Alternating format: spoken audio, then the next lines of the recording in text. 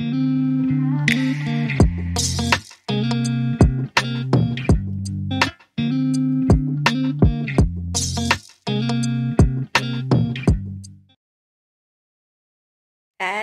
bonjour, bonsoir à toi, dépendamment de l'heure à laquelle tu nous suis. Mon nom est Ariane Kisanga. J'aime la présence de Dieu et je prie vraiment que j'ai été en mesure de te communiquer cette présence de Dieu, cette joie plutôt de la présence de Dieu aussi. Bienvenue sur Alpha Ministry. Si tu nous suis sur les réseaux sociaux, un bonjour et un bonsoir à toi et un bonjour spécial aussi à toi qui nous suis à travers la télévision Nyota TV, Canal+, la chaîne 368 ans. Alors, as-tu créé de l'espace pour Dieu? Ça fait des mois, ça fait des années que je nous encourage à créer de l'espace pour Dieu, à trouver un temps dans ta journée pour passer avec le Seigneur, de faire de Dieu une priorité pour toi. Ça veut dire que tu cherches à passer le temps avec Dieu avant de faire toute autre chose. As-tu créé de l'espace pour Dieu? Est-ce que tu as développé cette discipline de tout le temps trouver le temps d'être dans la présence de Dieu? Ma prière est vraiment qu'à travers ces émissions, que tu puisses apprendre et que tu puisses développer cette discipline de créer de l'espace pour Dieu. Nous allons commencer par la prière aujourd'hui avant de nous plonger dans notre partage. On va prier selon Luc 11, verset 2. La parole de Dieu dit, il leur dit, quand vous priez, dites, Père, que ton nom soit sanctifié, que ton règne vienne. C'est Jésus qui répond à ses disciples qui lui ont demandé de savoir comment prier. Et il dit, Père, que ton nom soit sanctifié, que ton règne vienne. Le règne de Dieu, c'est quand Jésus vient ou Dieu vient et il impose sa volonté dans ta vie. Il impose sa présence dans ce que tu es en train de faire. Alors, je veux que tu te joignes à moi et ensemble, nous allons implorer le règne de Dieu. Implore le règne de Dieu là où toi tu te trouves. Ça peut être à l'école, ça peut être au travail, ça peut être sur un lit d'hôpital, ça peut être à la maison, ça peut être en train de jouer, ça peut être en train de conduire, quelle que soit l'activité que tu es en train de faire. Là où tu te trouves, là où toi tu es présent en ce moment, invoque le règne de Dieu. Dis, Seigneur, que ton règne vienne. Quand Dieu vient avec son règne, c'est que Dieu vient établir sa volonté. Dieu vient établir ce que lui a déjà écrit au ciel pour toi, ce que lui a déjà déterminé en avance pour toi. C'est ça que Dieu vient établir. Alors, appelons le règne de Dieu. Seigneur, même pendant ce partage, que ton règne vienne. Viens établir ton règne, Seigneur, au milieu de nous. Établis ta volonté. Établis ton volonté dans nos travails. Établis ta volonté dans tout ce que nous faisons. Établis ton volonté, ô Père, dans nos entreprises.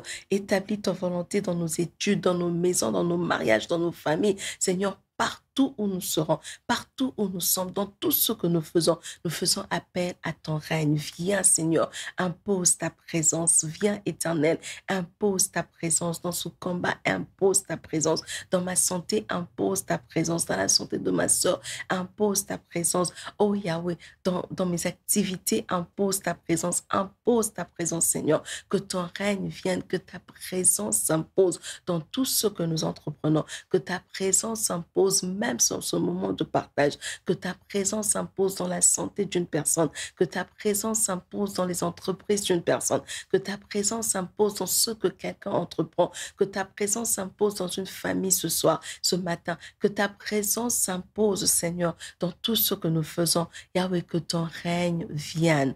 Viens, Seigneur, et établis ton règne au milieu de nous. Dans le nom puissant de Jésus, nous avons ainsi prié. Les saints de Dieu disent Amen, Amen, Amen. Alors, bienvenue encore une fois sur Alpha Ministries. Si tu nous suis sur les réseaux sociaux et c'est ta première fois avec nous sur Alpha Ministries, je te demande, je t'encourage de commencer d'abord par te souscrire. Abonne-toi à la chaîne et active la cloche de notification pour ne pas manquer quand on poste une nouvelle vidéo. Aujourd'hui, c'est un peu une continuation de ce que nous avons commencé les 2 dernières fois. Nous avons parlé d'être en relation étroite et personnelle avec Dieu. Et on a compris que Jésus-Christ nous voulait dans cette relation avec lui avant de nous envoyer. Il voulait nous dire des choses en privé, en cachette, avant qu'on puisse y aller à l'extérieur pour les publier. Jésus-Christ voulait qu'on soit avec lui avant de travailler pour lui, avant de faire des choses pour lui, avant de lui rendre service. Christ voulait nous avoir avec lui. Et aujourd'hui, je veux qu'ensemble, qu'on puisse répondre à la question, as-tu été avec lui?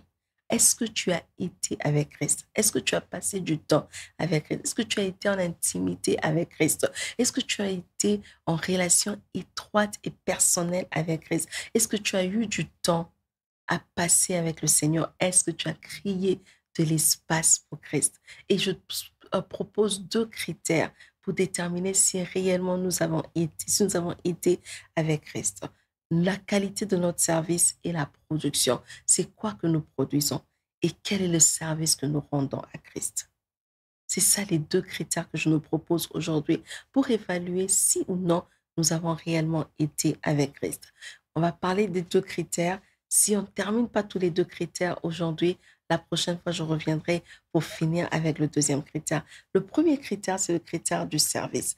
Et pour ce faire, pendant ces deux séances ou une séance, dépendamment de comment le temps nous emmène, on va voir ces passages bibliques, les passages bibliques suivants. Donc, on aura Luc 1, du 1er au 13e verset, mais je vais lire juste quelques versets. Mais pour tout comprendre, je nous encourage à aller dans notre temps personnel et de lire toute cette partie-là. Et on va encore lire Luc 1, du 21 à 23, et puis on lira Exode 23, 25 à 26, et ensuite, on va chuter avec Luc 3, 8 à 14. Dans Luc 1, 1 à 13. Je lis quelques versets, je lis dans la version Seymour. La parole de Dieu dit, il y avait à l'époque où Hérode était roi de Judée, un prêtre nommé Zacharie, qui appartenait à la classe sacerdotale d'Abéa. Sa femme était une descendante d'Aaron et elle s'appelait Élisabeth. Tous deux étaient justes aux yeux de Dieu et observaient tous les commandements et toutes les lois du Seigneur de façon irréprochable. Ils n'avaient pas d'enfants, car Élisabeth était stérile et tous deux étaient déjà très âgés. Verset 8. Un jour, Zacharie assurait son service devant Dieu. C'était le tour de sa classe sacerdotale. Suivant la coutume des prêtres, il avait été désigné par le sort pour entrer dans le sanctuaire du Seigneur et y offrir les sons. Verset 21. Pendant ce temps, la foule attendait Zacharie. Elle s'étonnait de le voir s'attarder dans le sanctuaire. Verset 23. Lorsqu'il eut terminé son temps de service, il retourna chez lui. Je vais en même temps lire Exode 23, 25 à 26. La parole de Dieu dit, vous servirez l'Éternel votre Dieu, et il bénira votre pain et vos eaux, et j'éloignerai la maladie du milieu de toi. Il n'y aura dans ton pays ni femme qui avorte, ni femme stérile. Je remplirai le nombre de tes jours. Alors, aujourd'hui, nous avons deux personnages dont nous allons parler, c'est Zacharie et Élisabeth. Mais notre focus sera plus sur Zacharie, le père de Jean-Baptiste.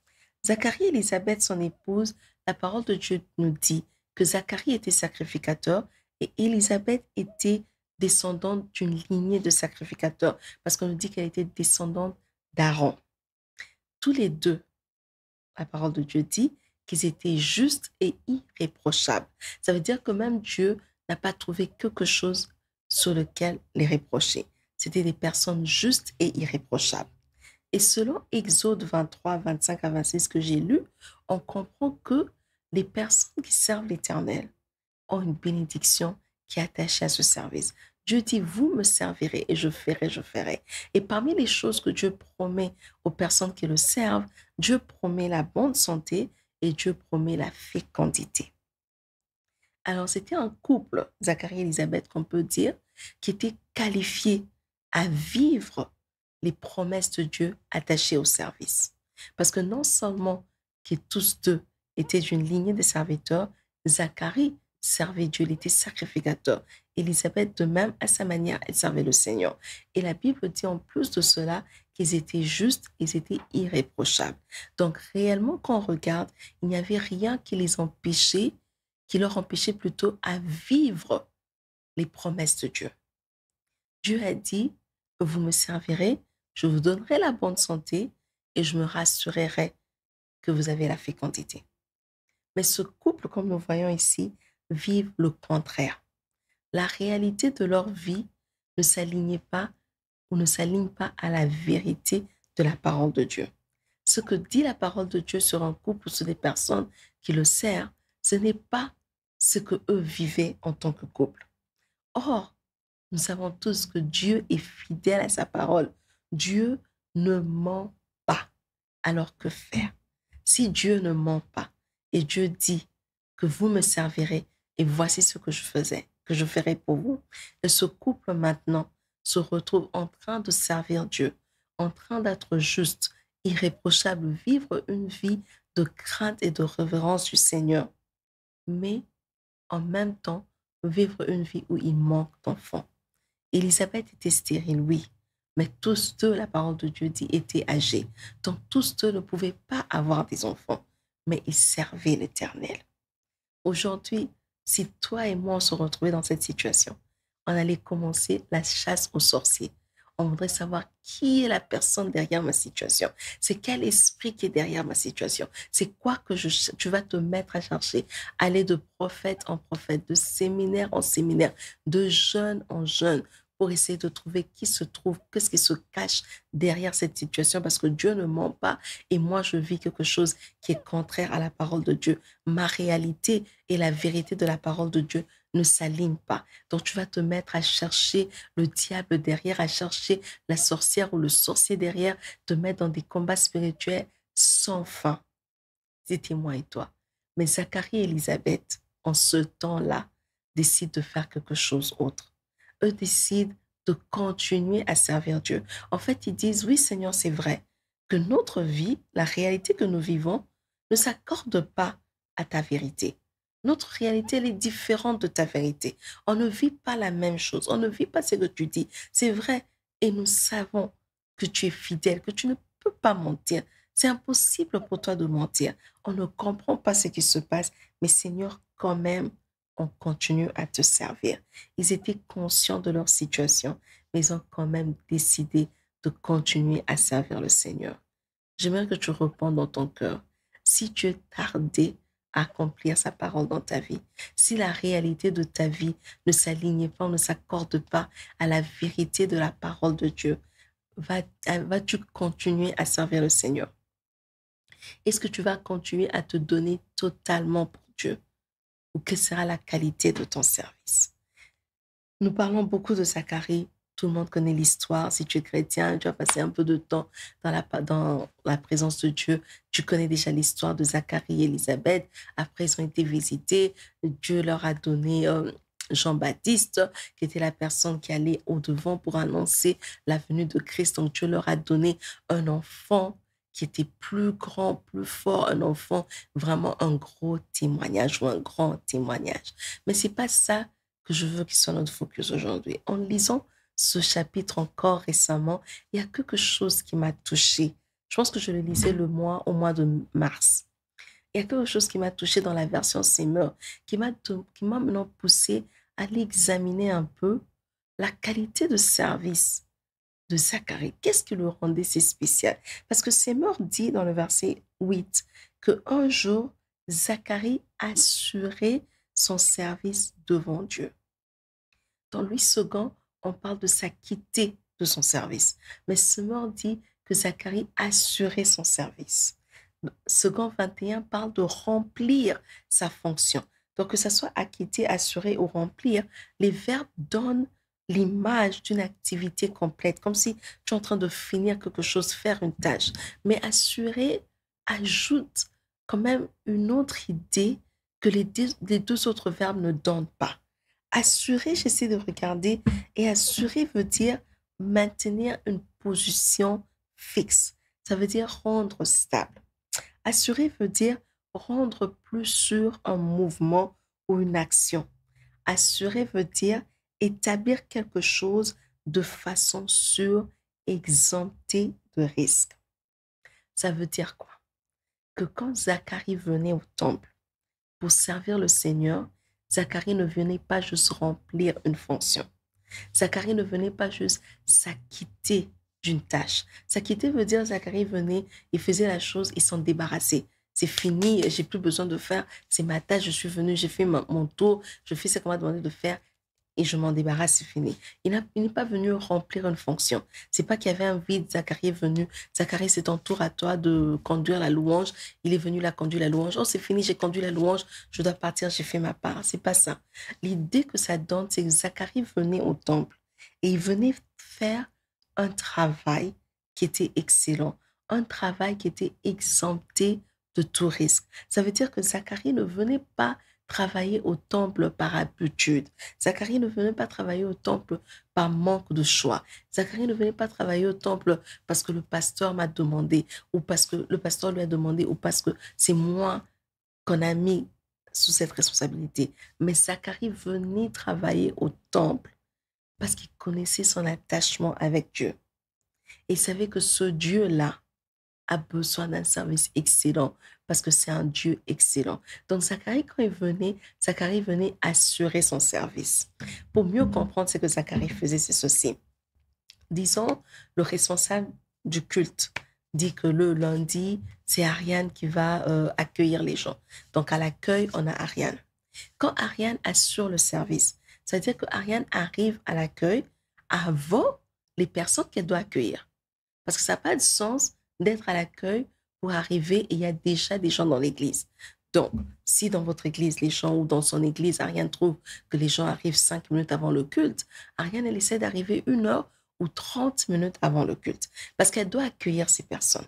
Comment elle doit les accueillir? Elle doit les accueillir dans un environnement qui est propre. Donc, Ariane qui est chargée de l'accueil ne s'arrête pas seulement à dire bonjour, bienvenue, voici votre place. Elle se rassure d'abord que là où elle va asseoir les gens, c'est propre. C'est ça, assurer le service. Donc, elle va au-delà de sa tâche. Elle se rassure que le sanctuaire est bien nettoyé, que le sanctuaire est propre. Si le département de nettoyage n'a pas peut-être aspiré, elle va passer l'aspirateur. S'il y a un papier qui est resté par terre que eux n'ont pas vu, elle va ramasser ce papier. Elle va se rassurer que les bancs sont essuyés, que c'est propre et qu'elle, elle est là, que dès que la première personne ouvre la porte, elle est là pour accueillir la personne. Ça veut dire quoi assurer? Ça veut dire que quand le chef ou le responsable du culte a mis le nom d'Ariane pour faire le service d'accueil ce jour-là, ce responsable de culte peut même aller en vacances, sachant que ce travail-là sera bien fait. Pas seulement que le travail sera fait, mais que le travail sera bien fait. Parce qu'on nous a dit que dans assurer, c'est exempté de risque. Ça veut dire que c'est fait avec excellence. Il n'y a aucun risque que la chose puisse tomber, que la chose puisse faillir ou qu'il y ait de trous ou des manquements quelque part. Ça veut dire qu'elle assure son travail. La personne qui l'a mis là compte sur elle. Et cette personne peut dormir à l'aise en sachant que celle que j'ai mis va faire un travail excellent. Qui parle d'un travail excellent parle aussi d'un travail qui est complet. C'est pas assez de venir accueillir les gens pendant les 10 premières minutes et puis après te dire, OK, c'est fini, maintenant c'est le tour de telle personne. Non. Si elle est à l'accueil, ça veut dire qu'elle accueille les gens du début jusqu'à ce que tout le monde est assis. Elle est là encore à la fin pour se rassurer que tout le monde est sorti de la porte, et du sanctuaire plutôt, et que c'est fermé. Donc, elle est là du début à la fin. C'est comme ça que nous devons servir. Quelle est la qualité de ton service? Christ dit qu'il a appelé les 12 à être avec lui afin qu'ils puissent les envoyer. Alors, pour être envoyé, c'est envoyé faire quoi? C'est envoyé faire un service selon le dessein de Christ. C'est envoyé faire un service selon les instructions du Christ. Parce que rappelez-vous ce qu'on a fait les 2 dernières semaines, on a parlé d'être en étroite relation avec Christ. Et dans cette relation, Christ vient et parle, chuchote à l'oreille. Et il dit que ce que je veux chuchote à l'oreille, déclarez-le publiquement. Donc Christ ne veut pas qu'on soit avec lui pour ne pas travailler. Mais ce qu'il dit, c'est qu'avant de me servir, soyez d'abord avec moi. D'où, donc, si tu as été avec Christ, quand tu viens pour servir, la qualité de ton service doit démontrer ton attachement avec Christ. La qualité de ton service doit nous démontrer que réellement, toi, tu es avec Christ. Christ est Dieu, il est excellent. En lui, il n'y a pas de faille. Donc, quand tu fais une qualité de service selon lui, ça veut dire que tu vas faire un service qui est exempté de tout risque, qui est exempté de toute forme d'échec. parce que c'est Christ et tu fais selon le dessein de Christ. Quand on vient servir Dieu, quand on vient assurer le service dans la maison de Dieu, on ne vient pas le faire selon notre humeur. On ne vient pas le faire selon ce que nous trouvons beau. On ne vient pas dans la maison de Dieu pour faire ce que nous, on aurait fait chez nous. Chez nous, c'est chez nous. La maison de Dieu, elle est sacrée. On fait les choses dans la maison de Dieu selon le modèle que Christ lui-même nous a donné. Donc, si Christ a dit que vous, dans cette église, avant de commencer le culte, il faut qu'on ait 10 minutes de prière. Tu ne peux pas venir et couper les 10 minutes en 8 minutes. Il faut qu'on ait 10 minutes de prière. Mais cela ne veut pas dire aussi que toi, tu arrives en retard pour commencer tes 10 minutes en retard pour mettre maintenant tout le culte en retard. Assurer veut dire, pour qu'on ait les 10 minutes, moi, il faut que j'arrive 30 minutes en avance. Comme ça, je peux diriger la prière pendant 10 minutes et le culte peut commencer à l'heure où le culte devrait commencer. Faire le travail dans la maison de Dieu selon le dessein de Dieu. Faire le travail dans la maison de Dieu selon la qualité que Christ attend de nous. Et cela, c'est faire le travail avec un niveau d'excellence. C'est ce qu'a fait Zacharie. Zacharie, au-delà des promesses, Zacharie est resté juste. Il est resté à servir Dieu. Parce que ce qu'il essaie de dire à Dieu, c'est que je veux passer mon temps à te rappeler ou à pleurer en disant, Seigneur, tu as dit dans Exode 23 que parce que je te sers, je ne peux pas tomber malade. Seigneur, tu as dit, parce que je te sers, tu me garantis la bonne santé. Seigneur, tu as dit, parce que je te sers, j'aurai des enfants. Zacharie ne s'est pas attardé sur ça. Zacharie disait au Seigneur, tu m'as appelé à ton service. Tu m'as demandé de te servir et je veux le faire avec excellence parce que tu es digne de recevoir un service excellent. Que ma vie s'aligne ou pas avec ta parole, que j'ai ou pas les bénédictions matérielles de ta parole, je veux t'offrir ce que je sais qui est bon pour toi. Et Zacharie est resté juste et irréprochable malgré sa condition. Quelque chose d'autre qui est frappant dans l'histoire de Zacharie, c'est au verset 23. La parole de Dieu nous dit, dans Luc 1, verset 23, lorsqu'il eut terminé son temps de service, il retourna chez lui. Entre le verset 8 et le verset 23, Zacharie rencontre l'ange de l'Éternel, l'ange Gabriel, l'ange qui se tient dans la présence de Dieu. C'est cet ange-là qui est venu pour donner à Zacharie le message qu'il attendait pendant longtemps. La Bible ne nous dit pas combien de temps ils étaient mariés avec Élisabeth, mais en ce temps-là, les gens se mariaient jeunes. Et maintenant, on parle du fait qu'ils sont âgés. Ça veut dire que ça a vraiment traîné qu'Élisabeth et Zacharie n'avaient pas d'enfants. Mais quand l'ange de l'Éternel vient et dit à Zacharie que tu vas devenir papa, on ne voit pas Zacharie arrêter son service et courir avec ce témoignage pour dire à tout le monde, oh maintenant c'est fini, je veux devenir père. Vous avez vu, je vais devenir père. La fidélité de Dieu, mon service a payé. J'ai passé mon temps à service Dieu. Regarde comment est-ce que Dieu m'a récompensé maintenant. Zacharie ne le fait pas. Le verset 23 nous dit que Zacharie est rentré chez lui quand son service était terminé. Donc on voit que Zacharie, dans les mauvais moments, il a servi Dieu, il a assuré le service. Même quand Dieu vient lui donner une bonne parole, Zacharie reste dans les bons moments aussi à servir Dieu. Combien d'entre nous servons Dieu selon ce qu'il fait pour nous? Quand Dieu accomplit les promesses, on est rempli de zèle, on vient, on sert Dieu avec tous les zèles possibles. Mais dès qu'il y a une petite difficulté, notre zèle descend. La qualité de notre service commence à baisser. On commence à se dire, ah mais Dieu, ah mais moi on m'avait dit que je venais ici parce que Dieu est capable, ma situation va changer, je vais guérir, j'aurai des enfants, j'aurai ce travail, j'aurai ceci. Mais comment ça tarde? Je commence à te poser des questions, c'est pas ça. Zacharie a servi Dieu de la même façon, avec le même niveau d'excellence jusqu'à la fin. Il est rentré chez lui seulement quand il a terminé son service. Et au verset 21, on voit la foule. Cette foule qui est en train de parler, c'est mais pourquoi Zacharie s'attarde là-dedans? Pourquoi il traîne dans le sanctuaire? Sûrement qu'il s'est posé beaucoup de questions. Qu'est-ce qui s'est passé? Est-ce qu'il a eu une vision? Est-ce que l'Éternel l'a frappé? Et la foule, elle n'est pas calme, hein? La foule, elle fait du bruit. La foule, elle est vraiment bouillante. Et Zacharie pouvait sûrement, peut-être, selon leur construction, je ne suis pas sûre, peut-être Zacharie pouvait écouter la foule. Mais la Bible ne nous montre pas quand est-ce que Zacharie a arrêté son service pour aller justifier pourquoi il tardait à la foule.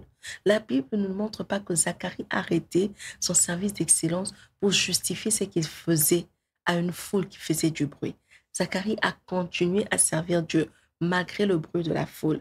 Zacharie n'est pas sorti pour dire, ah, vous avez dit, hein, vous êtes moqué de moi, vous avez dit que le Dieu que je servais pendant longtemps n'est pas venu à mon secours. Maintenant, ah, vous êtes trompé. Regardez, regardez ce que Dieu a fait pour moi. Voilà ce que Dieu a fait pour moi. Zacharie n'a pas fait ça. Zacharie a tendu une oreille sourde à la foule. Il a continué à travailler jusqu'au verset 23, quand son travail était complet et Zacharie est sorti de là. Pire encore, quand il sort, il ne sait même pas parler. C'est finalement la venue de Jean-Baptiste qui fait taire cette foule. Quand nous allons servir l'Éternel, la meilleure façon de lui montrer notre attachement, c'est par la qualité plutôt de notre service. Restons fidèles à Dieu, servons le Seigneur quelle que soit la situation et servons le Seigneur avec excellence, quelle que soit la situation. As-tu été avec Christ? Es-tu en étroite relation avec Christ? Est-ce que tu as une relation personnelle avec Christ? Est-ce que tu crées de l'espace pour Dieu? Est-ce que tu trouves du temps à être avec Dieu? Si ta réponse est oui, quelle est la qualité de ton service? Parce que la qualité de ton service doit nous démontrer que tu as passé le temps avec Christ. Servons Dieu avec excellence. Assurons nos services devant Dieu. Quand on nous a demandé de faire une tâche pour le Seigneur, que ce soit dans la maison du Christ, hors de la maison de Christ, venons avec excellence. Chrétiens, chrétiennes, élevons le standard, élevons le niveau de ce que nous offrons à Dieu. Notre standard ne peut pas être plus bas que celui du monde. Faisons des choses qui vont montrer au monde que le Dieu que nous servons est un Dieu d'excellence. Nous allons couper nos têtes dans la prière. Pour arriver au niveau d'excellence, dans Luc 11, le Seigneur dit, Dieu donnera le Saint-Esprit à quiconque lui demande. Si nous, en tant que personnes humaines, nous sommes mauvaises, mais on est incapable de donner un scorpion à la place d'un poisson, à combien plus forte raison le Seigneur ne nous donnera-t-il pas le Saint-Esprit, qui est le don excellent au-dessus de tout ce qui est matériel. Alors je veux que là où tu es, que tu te rejoignes à moi et qu'ensemble nous puissions implorer le Saint-Esprit, parce que c'est lui qui emmène l'excellence dans le service, celui qui nous permet d'avancer dans ce que nous devons faire pour Dieu. Saint-Esprit, nous te faisons appel. Saint-Esprit, nous avons besoin de toi. Dans tout ce que nous entreprenons pour le Seigneur, dans le service, nous avons besoin de toi. Viens encore, oins-nous de ton huile fraîche, oins-nous de ton huile fraîche et permets-nous de servir le Seigneur avec excellence. Permets-nous de servir le Seigneur avec excellence. Saint-Esprit, nous avons besoin de toi. Sans toi, l'excellence, on ne pourra pas y arriver. Sans toi, l'excellence, on ne pourra jamais faire un travail excellent sans toi. Saint-Esprit, nous demandons ta présence. Viens et remplis-nous encore. Dans le nom puissant de Jésus, nous avons ainsi prié. Et les saints de Dieu disent Amen, Amen, Amen, Amen, Amen, Amen. Nous sommes arrivés à la fin de notre partage aujourd'hui. Ma prière et le vœu de mon cœur, c'est vraiment que ces moments puissent te bénir, que ça puisse t'aider à grandir dans ta foi, que ça puisse t'aider à avancer dans ta marche chrétienne. Si tu nous as suivis à la télévision, rappelle-toi que créer de l'espace pour Dieu, c'est aussi dire à ton voisin, à ta voisine de suivre sur Nyota TV, Canal+, la chaîne 368, la semaine prochaine à la même heure, Alpha Ministries avec le partage. Et si tu as suivi sur les réseaux sociaux, créer de l'espace pour Dieu, c'est aussi nous suivre, laisser un commentaire, aimer ce que nous faisons sur toutes nos plateformes de réseaux sociaux. Jusqu'à ce qu'on se voit la semaine prochaine, rappelle-toi de toujours créer de l'espace pour Dieu.